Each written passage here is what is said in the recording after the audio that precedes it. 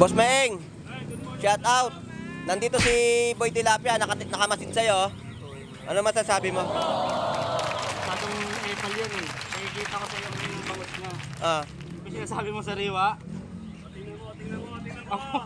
Eh pulang-pula. May gilik! No. Eh, amoy natin guys ha.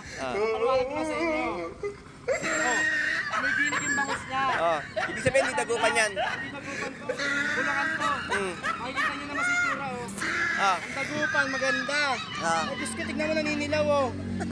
Diba yung dagupan? Huwag kayo masyadong magpapaniwala dyan. Yan ang kasiraan mo. Hindi ako naninira. Kinakasan ka ng customer mo. Hindi ako kinakasan ng customer ko. Huwag kang sinungaling. Kakabinta mo ng botok, inarma ka na.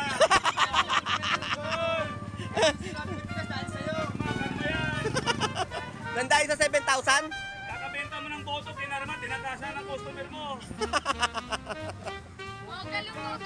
Ayan. Binita mo yung boto mo. Ano yung balik sa'yo? Ninagawan ka.